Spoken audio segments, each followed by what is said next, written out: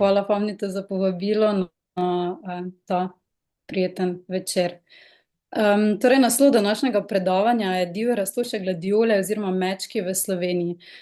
Zakaj sem si izbrala tak naslov? Želela sem vseeno, da ostane malo poljuden. Večina ljudi v Sloveniji še vedno pozna te rastline najbolj pod imenom gladiole, predvsem kakšne starejše populacije, ki jih pridno gojijo na svojih vrtovih.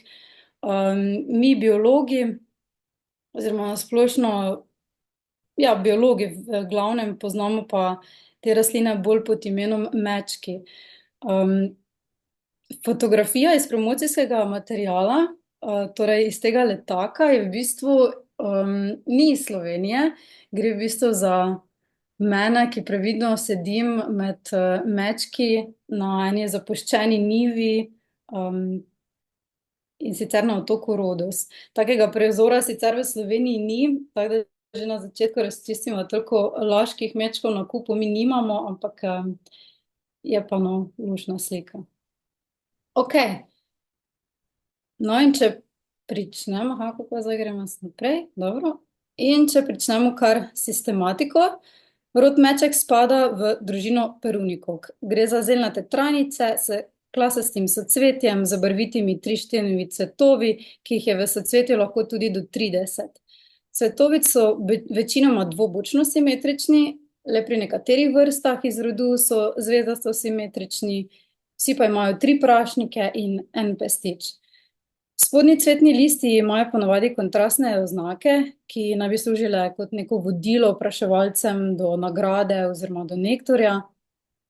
Vsak cvet pa ima 2 ovršna lista, ki sta običajno zelena, imajo velike suličaste liste, plod je mnogosemenska glavica, v kateri se razvijajo semena, ki so običajno diskasto sploščena, kot je prikazano tu na sliki.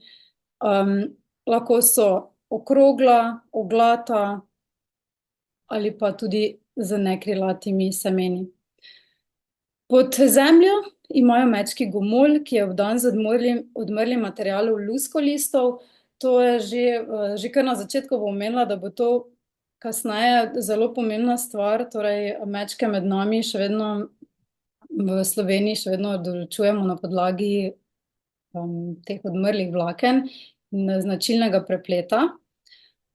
Rod meček, torej Gladiolus, pa je eden izmed vrstno najštevilčnejših rodov iz družine perunikov. Na splošno ima približno 260 vrst, kar se meni za en rod tak pisan, barvit, zdi kar veliko.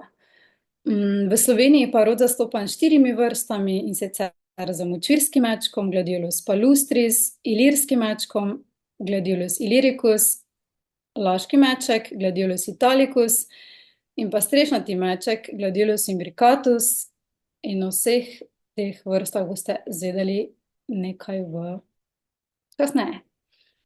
Torej, pa če pogledamo najprej malo v zgodovino. Ime rodu izhaja iz latinske besede gladius, ki pomeni meč. Ime se nahaja na obliku listov, ki sicer ni zgolj rodovno značilna, ampak je takšna oblika listov značilna še za več drugih rodov perunikov. So pa te rastline poznali že stari Rimljani in antični Grki, ki so za mečke imeli svoje poimenovanja, oboje pa v bistvu pomenilo manjši meč. Rimljani so jih poimenovali gladiolus, kar torej izhaja iz latinske besede gladius. Stari Grki so jih pa poznali pod imenom ziphium, kar pa izhaja iz grške besede ziphos, ki, kot že omenjeno, prav tako pomeni meč. Mečki so že v tistih časih bili pomemben simbol moči, zmage. Pod imenom koruzne lilije pa so jih poznali v Aziji že približno 2000 let nazaj, ko so kot plevel rasli na njivah. No, pa si še malo poglejmo, kako so mečki po svetu razširjeni.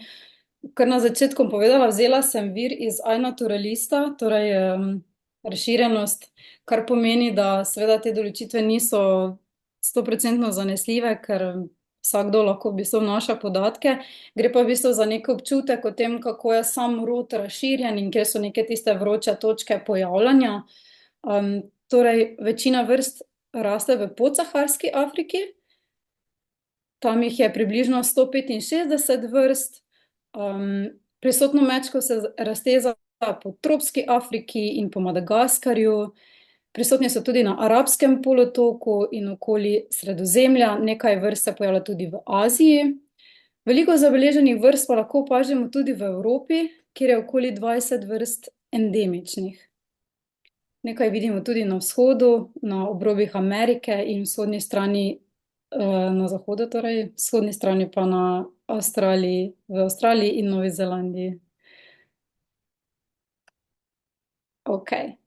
Na tem slajdu vidimo eno tako prikazano zelo veliko pestrost rodu Gladiolus, zato ga sem tudi dodala, bolj zato, da dobite občutek, za kako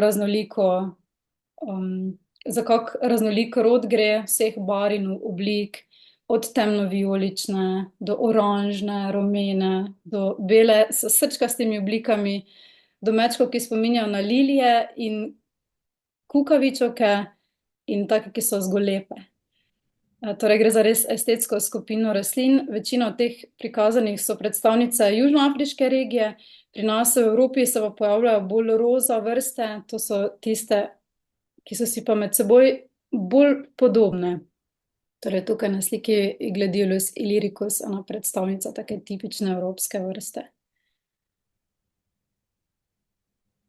Ja, gladiole so postale zelo priljubljena okrasne rastline oziroma čebulnice, so jim kar rekli, so očitno domnevali, da imajo pod zemljo čebulj oziroma čebulico, mi pa zdaj vemo, da je to gomolj. Torej, na račun edinstvenega izgleda in barvitosti in preprostega gojenja so postale tako popularne, gojimo jih že približno 500 let. Na račun tega so bile ustanovljena številna društva ljubiteljev gladiol, ki izdajo glasila, kjer so objavljeni razni nasveti o gojenju, potekajo razni seminarji, delavnice in dogodki, kjer si ljubitelji gladiol lahko delijo izkušnje in znanje. Prav tako pa organizirajo tudi tekmovanja in razstave cvetja. Pa si poglejmo, kaj pravijo mečki v Sloveniji. Torej, mečke oziroma rod Gladiolus na slovenskih tleh prvič omeni Scopoli leta 1772 v delu Flora Carniolica, kjer govori sicer o vrsti Gladiolus communis, ki jo še kasneje omenjajo tudi Host, Wulffen, Fleischmann, vsi omenjajo communis. Nato pa leta 1897 Eduard Pospíchal v delu Flora des österreichischen Küstenlandes že omeni vrsti Gladiolus palustris in Gladiolus illyricus. Šele kasneje ugotovijo, da je rod v Sloveniji zastopan še z dvema vrstama, torej še z laškim in s strešnatim mečkom. Ilirski in močvirski meček sta na račun ozke sorodnosti pogosto skupaj lahko obravnavana kar na nivoju agregata, in sicer kot Gladiolus palustris agregat. Torej, včasih je bolje neko vrsto mogoče, ki jo vidimo, določiti do agregata, kot pa določimo, recimo, določitev napačno. Ko sem iskala podatke za to predstavitev, sem naletela na podatek, da je tudi v Sloveniji poznamo že zelo dolgo in da smo jim dali ime divje gladiole. Torej, gre za informacijo enega botanika, Jožeta Vavcona, ki je že pred mnogimi leti raziskoval Cerkljansko in se je tam seznanil z tamkajšnjim poznavanjem mečkov. Jaz sem v sklopu raziskave moje magistrske, kot je Kevin prej na začetku omenil, pod drobnogled vzela ilirski in močvirski meček, za katera že ob prvih omembah bilo opozorjeno na pomembnost oblikovanosti vlaken odmrlega gomolja, in to še vedno velja za nek tak zlat standard določevanja znotraj te skupine Gladiolus palustris agregat. In kljub dolgoletnemu poznavanju vrst še zmeraj velikokrat prihaja do nejasnosti in negotovosti v določevanju vrste, kar lahko pripišemo pomanjkljivim določevalnim znakom na nadzemnem delu rastline, saj kot vidite, sta si vrsti kar precej podobni, torej sploh na podlagi socvetja. Hkrati je tudi ponekod nemogoče ločiti na podlagi rastišča, ker se na istih rastiščih lahko pojavite tudi skupaj. Zanimivo je bilo odkritje Dax Koblerja s sodelavci, da na istih rastiščih ilirski meček zacveti vsaj 2 tedna pred močvirskim. Da pa zmed še ni dovolj, je dodatno zmedo med vrstama opazno prinesla tudi samo ime močvirski meček, vrsta Gladiolus palustris, ki je za razliko od ilirskega proti pričakovanju glede na ime v Sloveniji v bistvu redkeje najdemo na močvirnatih tleh. Posledica taksonomske problematike je seveda neustrezno določen material, herbarijski, ki pomeni nezanesljivost navedb o vrstah in njunem zgodovinskem pojavljanju. No, pa si malo se bolje spoznajmo zdaj z močvirskim in ilirskim mečkom. Kot že prej omenjeno sta torej skupaj obravnavana kot Gladiolus palustris agregat, gre za vrsti, ki sta v Sloveniji močno ogroženi, predvsem ogroženi zaradi ogroženosti njunega habitata, ki je v bistvu precej specifičen. Gre za vrsti oligotrofnih travnikov v prvih fazah zaraščanja. To je res pomembno, da se travnik, na katerem rasteta, se zarašča. Taki travniki so zaradi opuščanja tradicionalne rabe močno ogroženi. Sta pa obe vrsti uvrščeni na rdeči seznam praprotnic in semenk. Gre za zavarovanje vrsti in med ogroženost, po stopnji ogroženosti v bistvu sodita med ranljive vrste. Močvirski meček pa ima še posebej status Natura 2000 vrste, kot kvalifikacijska vrsta je služil za opis nekaterih Natura 2000 območij. O tem lahko še nekaj več povem kasneje. Torej, določitev je zaenkrat možna zgolj na podlagi podzemnega dela rastline in sicer na podlagi gomolja. Kot ključni določevalni znak je naveden preplet odmrlih vlaken, ki so pri močvirskem mečku močna in vsaj na vrhu mrežasto prepletena. Ja, torej, pomembna je ta mrežasta prepletenost, ki je pa pri ilirskem mečku odsotna.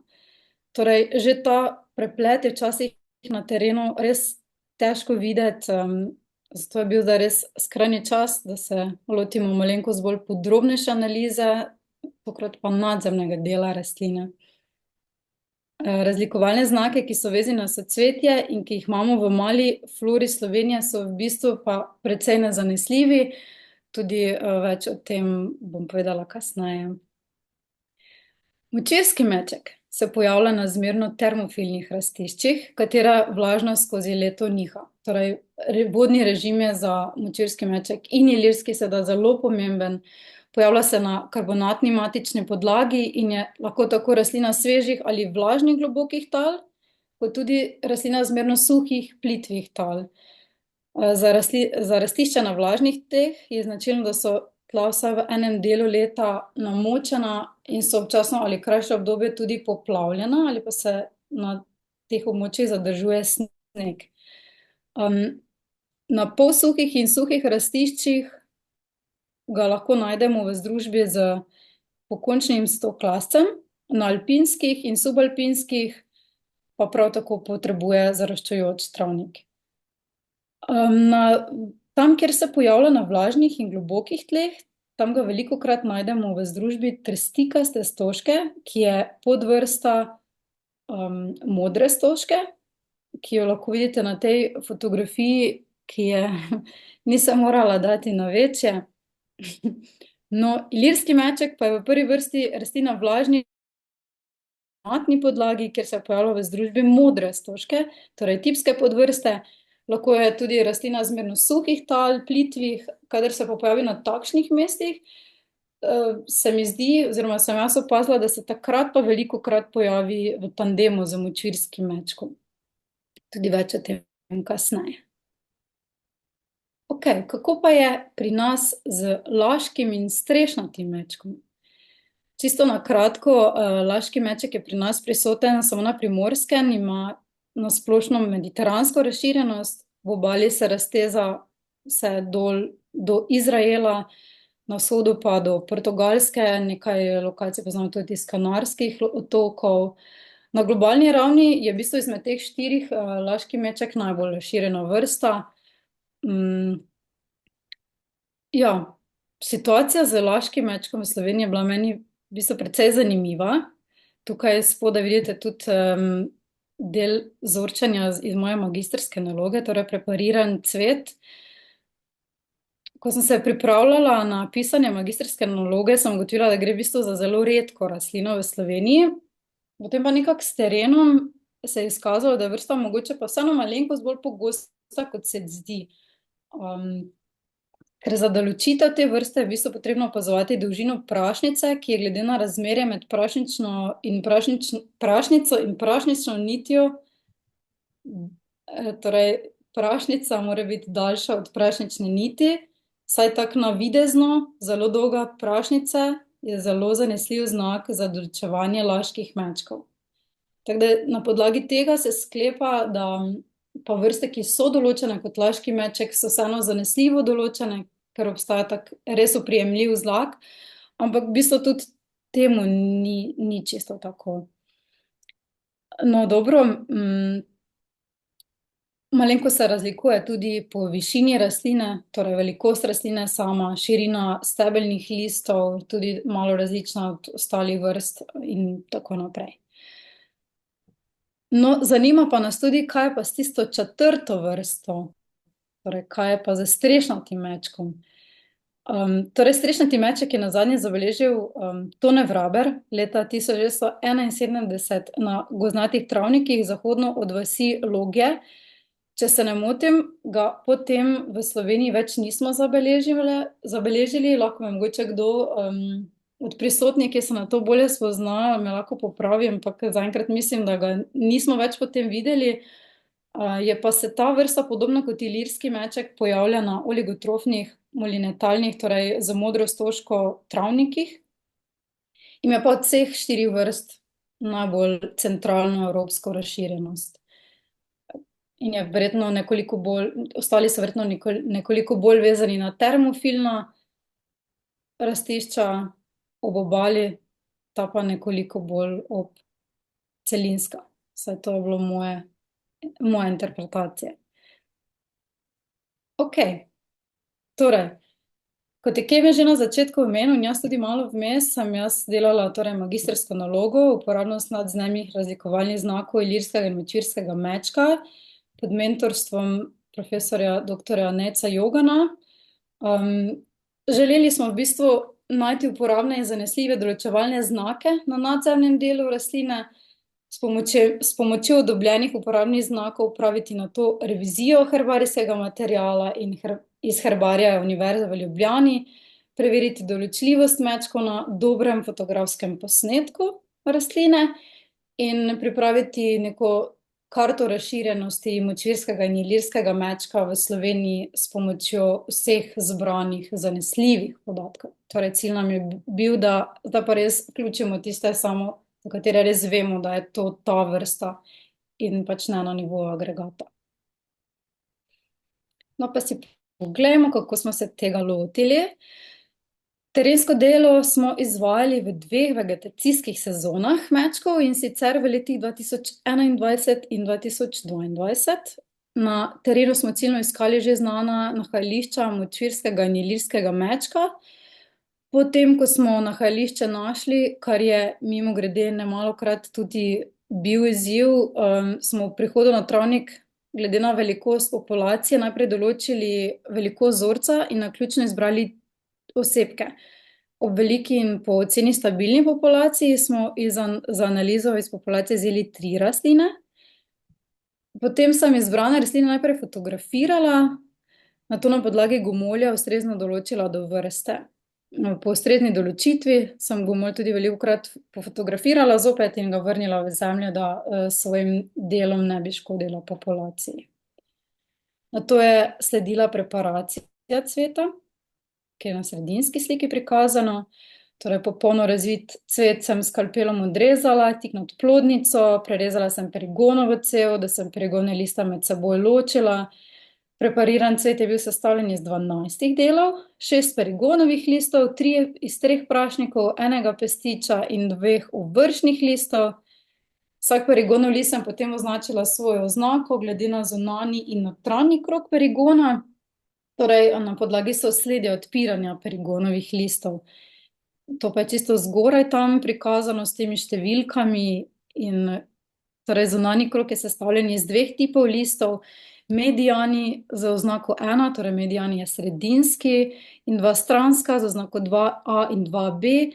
Notranji krog pa s številom 3, torej mediani list in stranska 4a in 4b, ki se v cvetju odpreta zadnja. Zakaj to govorim? Zato, ker bom kasneje, ko bom govorila o rezultatih, to tudi pomembno. V nadaljevanju bom govorila tudi o ploščici in o žebici perigonovih listov, samo da to razčistimo. Ploščica je v bistvu zgornji, ta širši del perigonovega lista, žebica pa je tisti ta ožji del. Ok, torej na fotografijah še jaz med prepariranjem. Tak je približno izgledal potem list. Jaz sem najprej dala salotejp, na salotejp zalepila stvari in potem prilepila na milimetrski papir, da sem potem lahko tudi te stvari zanalizirala. Ja, terenskemu delu je sledilo manj zanimivo meni, laboratorijsko delo, ampak hkrati seveda zanimivo glede na rezultate, ki smo jih dobili. Zbrali smo v bistvu en kup znakov na začetku, skupaj je bilo kar 61 znakov, ki smo jih merili na perigonovih listih, merili smo jih na prašnikih, to vse tukaj spodaj tudi vidite. Merili smo jih na pestiču, ovršnih listih, perigonovi cevi, na soцветju tudi, torej število cvetov sem spremljala, razdaljo med cvetovi v soцветju in kot med cvetovi v soцветju. V bistvu bolj kot ne zato, ker tudi mala flora v mali flori se v bistvu ta znak pojavi kot zanesljiv in nas je pač zanimalo, ali to drži. Na stebelnih listih sem tudi delala meritve, torej spremljala sem število in merila sem širino najširšega stebelnega lista. Potem sem tudi rastlino v celoti izmerila, torej sem tudi ta podatek zabeležila. Ja, znaki na cvetu so predstavljeni na spodnji fotografiji, z nekaterimi se bomo celo podobneje spoznali kasneje v rezultatih. Dobljene podatke smo potem analizirali in jih večinoma oblikovali v box plote.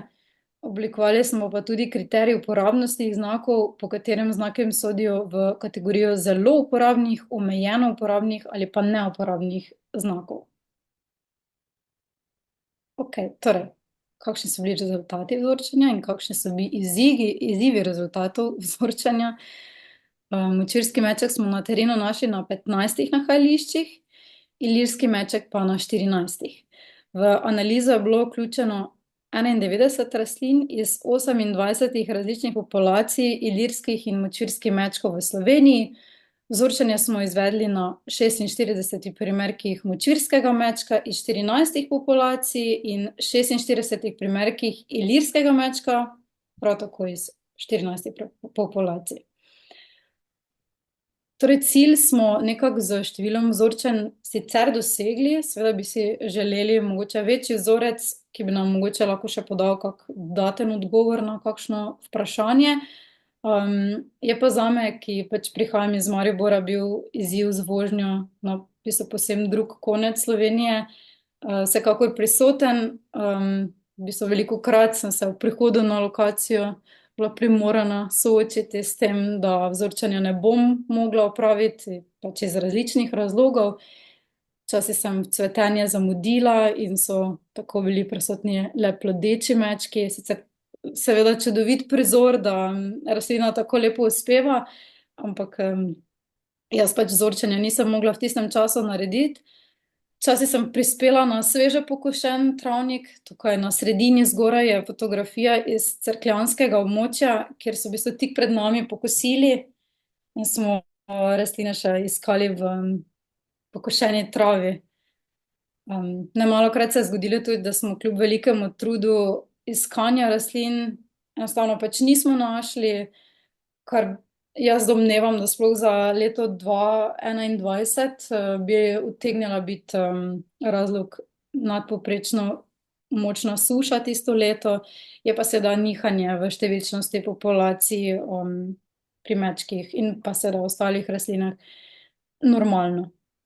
Tudi nemalokrat se je zgodilo, da smo kljub velikemu trudu res se namantrali, če lahko po domačem rečem, prišli gor, po velikem sponu, in kljub velikem trudu ni bilo rastlin. Bila sem tudi v situaciji, kjer sem prispela na lokacijo, misleč, da me bo pričakal močvirski ali ilirski meček, pa je bil meček laški, kot tudi na fotografiji tukaj. Tudi to sem že nekaj omenjala, še več bom pa še malo kasneje povedala. V glavnem pa so tereni bili pač res čudoviti, tako da sem hkrati zelo hvaležna za to izkušnjo, iz katere sem se zelo veliko naučila. In seveda sem hvaležna tudi mojim kolegom, če jaz lahko zdaj ta moment izkoristim, ker me verjetno poslušajo, za podporo in pomoč. Vi že veste, kateri ste. Seveda tudi vključno z mojim mentorjem Necom Joganom in z vsemi ostali botaniki, ki so nesebično v bistvu delili svoje lokacije mečkov po Sloveniji. No, pa če damo zdaj moje izlivanje čustev malo na stran, da si lahko mogoče pogledamo, kakšni so bili, kaj pa rezultati statističnih analiz. Torej, izmed 61 znakov smo ugotovili, da je 29 znakov uporabnih za razlikovanje med vrstama. Ugotovili smo, da so cvetovi ilirskih mečkov v splošnem praviloma večji od cvetovov močvirskih mečkov. Torej, zato se je največ razlik v bistvu pokazalo prav na ta račun. To se mi zdi res pomembno, tako splošno dejstvo, da so pri ilirskem mečku večji cvetovi, pri močvirskem manjši. In to se je tudi kazalo v prašnikih, torej pri ilirskem so prašniki daljši za približno polovico centimetra, kar pomeni, da so prašniki močvirskega mečka dolgi približno 2 centimetra, ilirskega pa 2,5. Največje razlike so se na perigonovih listih pokazale v dolžini ploščice in celotni dolžini perigonovih listov. Torej, ploščica na primer na stranskem listu zunanjega kroga, pri močvirskem mečku, to je ta, ki je tukaj označeno z 2A in 2D, je dolg približno 1,3, pri ilirskem pa 2 centimetra. Ja, torej, ilirski meček ima v primerjavi z močvirskim tudi, kot vidite, daljše ploščice in daljše perigonove liste v celoti. Največje razlike se kažejo v medianem listu notranjega kroga, to je oznaka 3, ki je pri močvirskem mečku dolg približno 3 centimetre, pri ilirskem pa približno 4. To v bistvu skoraj to je centimeter razlike, seveda še nekaj odstopanj in to je seveda neko povprečje oziroma neka srednja vrednost, ki smo jo vzeli, ampak v glavnem razlika je lahko kar za 1 centimeter. Rezultati so pokazali tudi na uporabnost znaka razmerje med dolžino ploščice in žebice perigonovega lista, saj je pri medianem listu zunanjega kroga, torej to pa je zdaj z oznako 1, ki ni zgornji sredinski, ampak spodnji sredinski, je pri ilirskem mečku ploščica približno tako dolga kot žebica, medtem ko je pri močvirskem mečku ploščica dolga za približno polovico, nekje za polovico dolžine žebice. Statistično značilne razlike so se pokazale tudi z razmerjem med celotno dolžino in širino perigonovih listov, natančneje v medianem listu notranjega kroga, pa z oznako 3. V glavnem so ti listi pri obeh vrstah bolj ali manj enako široki, niso pa enako dolgi.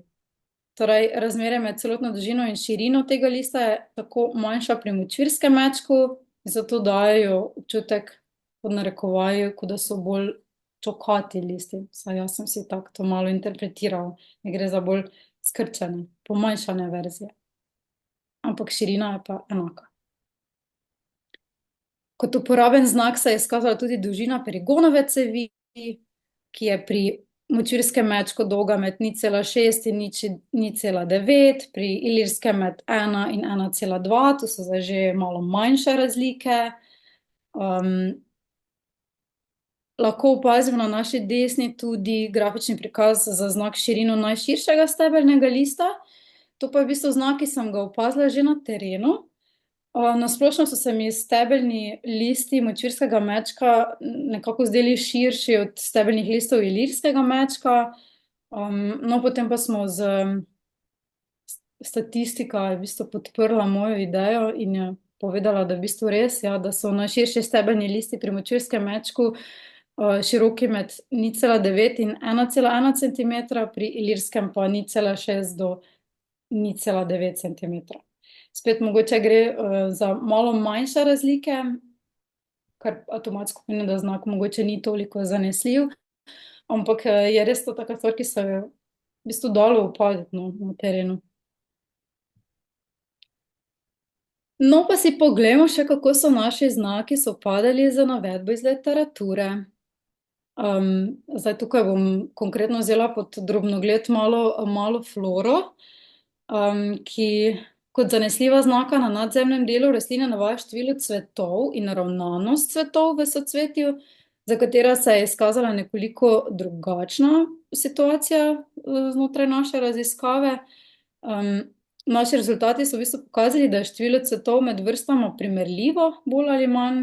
Pri močvirskem mečku so rastline imele največ 8 cvetov, ne pa največ 6, kot pravi mala flora, pri ilirskem pa do 9, nikoli pa do 20, kot pravi mala flora, ampak o tem specifičnem literaturnem podatku so slovenski botaniki v bistvu že v preteklosti opozarjali, da najverjetneje gre za napako in pač predvideva, da se število 20 navezuje na gladiolos communis, ki pa na slovenskih tleh v bistvu ni prisoten. No, poglejmo si še naravnanost cvetov, ki je tukaj zgoraj na sliki prikazano, še kako sem jaz to merila. Mala flora prav tako navaja, da je to pomemben razlikovalni znak, da so cvetovi v socvetju pri močvirskem mečku naravnani izrazito enostransko. Tega recimo mi z našo raziskavo nismo potrdili, ker se v bistvu veliko rastlin našlo tudi z dvostransko naravnanostjo. Pri ilirskem mečku je dvostransko prisotna sicer v večji meri, kot tudi navaja literatura, ampak smo zabeležili tudi rastline z izrazito enostranskim socvetjem. Tako da smo v bistvu na podlagi tega izrazitega prekrivanja podatkov prišli do spoznanja, da mogoče ta dva nadzemna znaka nista najbolj primerna za razlikovanje med vrstama. Še malo PC analiz. Na tem grafu je prikazana PC analiza vseh kvantitativnih znakov med posameznimi populacijami obeh obravnavanih vrst. Torej, kaj sem naredila? Med seboj sem primerjala skupine osebkov iz posameznih populacij obeh obravnavanih vrst.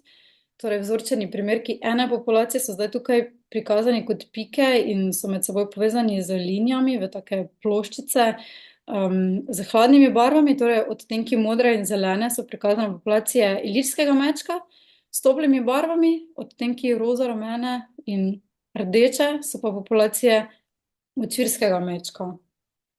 Meni se zdi, da se populacije med seboj jasno ločujejo v dve skupini, torej smo bili, recimo, da s tem rezultatom kar zadovoljni. Populacije se pa malo manj očitno ločijo, če jih razlikujemo samo na podlagi znakov, ki jih recimo literatura navaja kot uporabne. Tukaj spodaj desno, čist iz radovednosti me je zanimalo, kaj bo PC analiza pokazala, če vnesem zgolj podatke, ki jih literatura navaja kot uporabne, in sicer dolžina perigonove cevi, število cvetov v socvetju, kot med cvetovi v socvetju, neenakost ovršnih listov, širino stebelnih listov in višino rastline. Tu so se v bistvu poligona precej prekrila, tako da v bistvu super, da smo našli neke nove znake, na podlagi česa lahko razlikujemo. Okej, torej, kaj pa imamo tukaj? Na naslednjem slajdu pa so v bistvu prikazani močvirski in ilirski mečki, kjer je smisel v tem, da do izraza pridejo oblike cvetnih listov, perigonovih listov. Torej, to spodaj, te shemice, skice, sem vključila tudi v določevalni ključ, ki sem ga potem znotraj te skupine Gladiolus palustris agregat naredila. In ugotovila sem, da v bistvu, tako kot sem že prej omenjala, to čokatost, da so v bistvu bolj kot ne največje širine listov enake, ampak da so krajši. In tudi oblike so bolj rombaste, take bolj naglo razširjene in naglo zožene pri močvirskem mečku, medtem ko pri ilirskem mečku so bolj postopoma razširjene in bolj postopoma zožene. To se mi je recimo zdelo prav tako uporabno za določevanje preko fotografij. Več o tem kasneje. Tukaj zdaj samo vam pokažem, kako je izgledal ta en del moje magistrske, torej določevalni ključ. In tukaj sem zbrala v bistvu vse te najbolj ključne razlikovalne znake. Torej, kot sem že omenila, zanimalo me je tudi, kako na podlagi fotografij določiti rastlino in če se da to narediti z neko stopnjo zanesljivosti. Iskreno je to po moje kar težko, tako do neke res visoke stopnje zanesljivosti določiti. Ampak samo za občutek, jaz sem pač opazovala obliko, in ko sem že res toliko rastlin videla, je bilo meni mogoče malenkost lažje, ampak še vedno ne bi mogla reči, da lahko na vseh slikah zanesljivo določimo, za katero vrsto gre, sploh če niso dobro vidni zgornji stranski listi ali pa če oblika listov ni vidna, ker pač ponavadi niso prisotna merila in na podlagi tega pač ne moremo določiti, ali gre za 4 centimetre ali 3 centimetre. Torej, naprej, če se podamo po naši poti, torej poglejmo si še rezultati revizije, kakšni so rezultati revizije herbarijskega materiala. Pregledala sem 74 herbarijskih polj močvirskega in ilirskega mečka ter večino določitev potrdila. Veselilo me, da smo izmed 3 herbariziranih rastlin s preliminarno določitvijo Gladiolus palustris agregat določili 2 za ilirski meček in 1 za močvirski. Torej, rastlini iz 2 herbarijskih polj smo določili kot laški meček, izmed teh je bila ena rastlina določena za vrsto Gladiolus palustris, ena pa je bila označena kot rastlina z vmesnimi znaki. Torej med močvirskim in ilirskim mečkom. To se mi je v bistvu tako res zanimivo zdelo in v bistvu je bil to tak neki mali dokaz, da pa mogoče pa bodo ti znaki v praksi pa lahko uporabni. Hkrati pa tudi nekaj povedalo to o sami razširjenosti laškega mečka v Sloveniji. No, pa si poglejmo, kakšna je razširjenost teh naših obravnavanih vrst v Sloveniji. Močvirski meček je v Sloveniji razširjen v vseh fitogeografskih območjih z izjemo subpanonskega območja. Njegovo pojavljanje je najpogostejše v Alpah, do njihovega vznožja in v bližnji okolici, vključno z nekaj populacijami v Ljubljanski kotlini in na Krasu. Posamezne populacije ima tudi v Beli krajini. Ilirski meček ima v splošnem pa sredozemsko razširjenost in je v Sloveniji najbolj razširjena v osrednjem in južnem delu, kjer ima največ nahajališč v submediteranskem fitogeografskem območju. Nahajališča pa so tudi na dinarskem, preddinarskem in predalpskem območju. Je pa redek oziroma celo odsoten na alpskem območju. Okej, ko verjetno tako opazujemo te karte razširjenosti, nas zagotovo zanima, kje in na katerih primerih vrsta pa uspeva na istih rastiščih.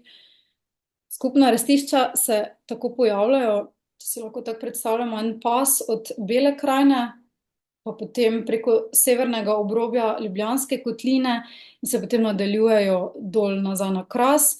Areal močvirskega mečka se od tega pasu nadaljuje nekoliko na sever, areal ilirskega pa na jug. Znotraj omenjenega pasu se na nekaj mestih populacije obeh vrst stikajo, torej ali celo prekrivajo. Tukaj na desni strani pa je prikazan zemljevid, ki vključuje vse podatke o pojavljanju močvirskega in ilirskega mečka na nivoju agregata. Torej, to je ena tako splošna karta, kjer so zbrani vsi podatki o močvirskih in ilirskih mečkov. In meni je bila v bistvu zanimiva ugotovitev ob terenskem vzorčenju in ob reviziji herbarijskega materiala.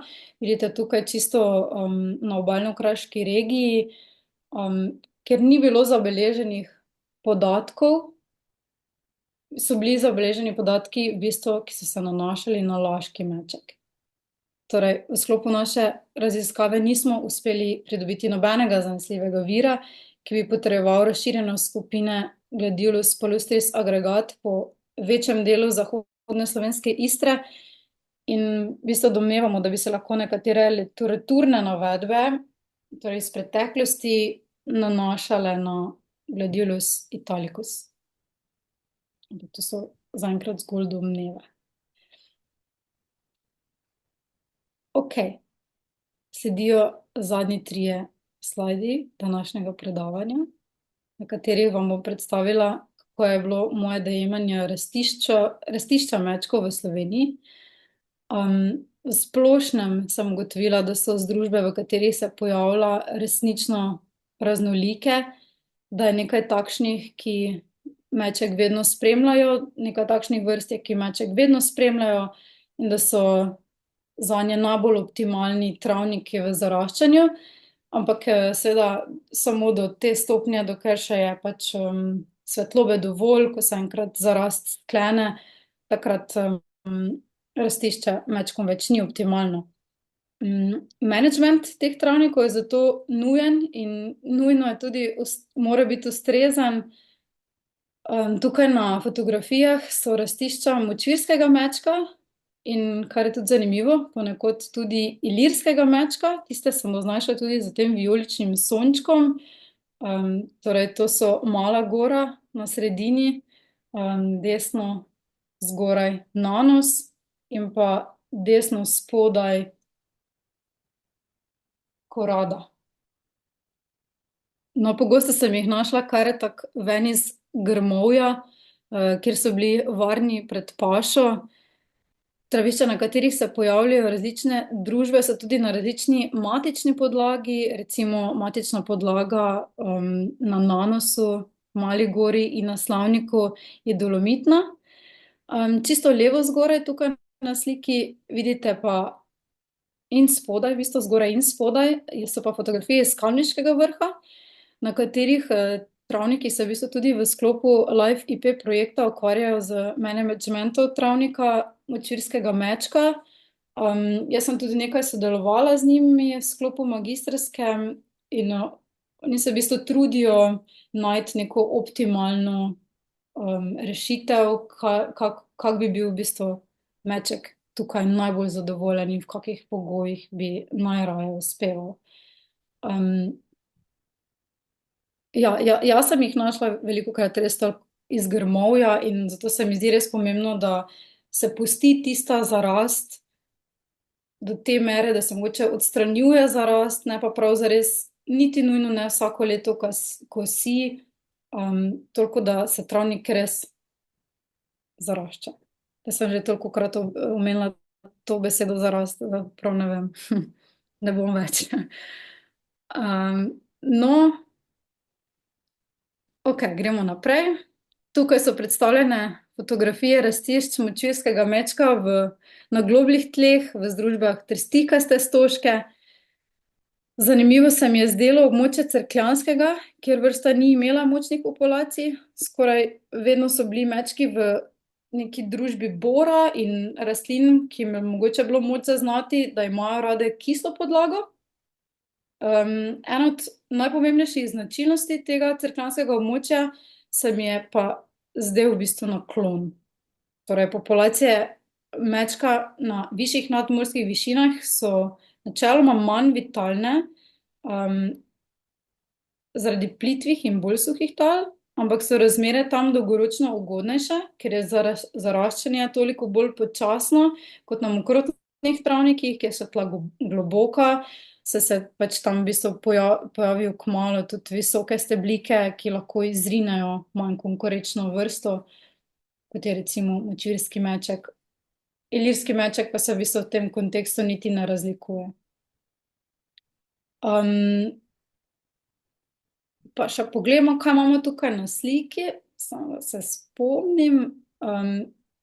Desno zgoraj so v bistvu rastišča ob Savi, v bližini Bleda, Brje.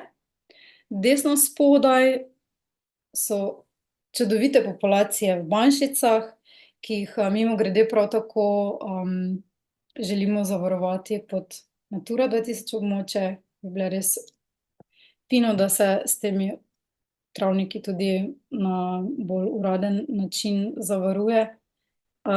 In pa potem Bohinjska Bistrica, ki je pa zgoraj levo, tukaj so travniki v zaraščanju. Gre v bistvu za nekdanje pašnike in senožete. To je v bistvu najpogostejši habitat mečkov, takrat, ko se neki pašniki zaraščajo. Okej. Pa še rastišče ilirskega mečka. Tega pa v bistvu malenkost lažje mi bilo popredalčkati, ker je večinokrat uspel na vlažnih monumentalnih travnikih, torej z modro stožko, in na presihajočih jezerih, torej Cerkniško polje, Planinsko polje, Pivška jezera. Tam v bistvu je res take ogromne populacije so bile, tudi najbolj velike, stabilne populacije, ampak kot sem že prej omenila, je pa ravno te populacije so najbolj ogrožene zaradi prekomernega zaraščanja. Okej. Dobro, to je iz moje strani zdaj zaenkrat vse.